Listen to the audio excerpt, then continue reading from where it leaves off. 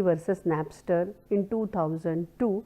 There was a landmark case, Napster case, it is a very popular case.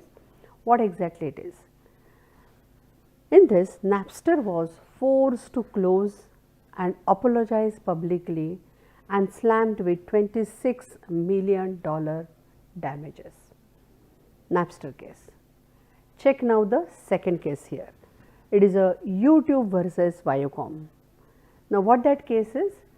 Viacom sued YouTube for $1 billion in 2007 for brazen copyright infringement for allegedly hosting over 150,000 clips of Viacom's television shows.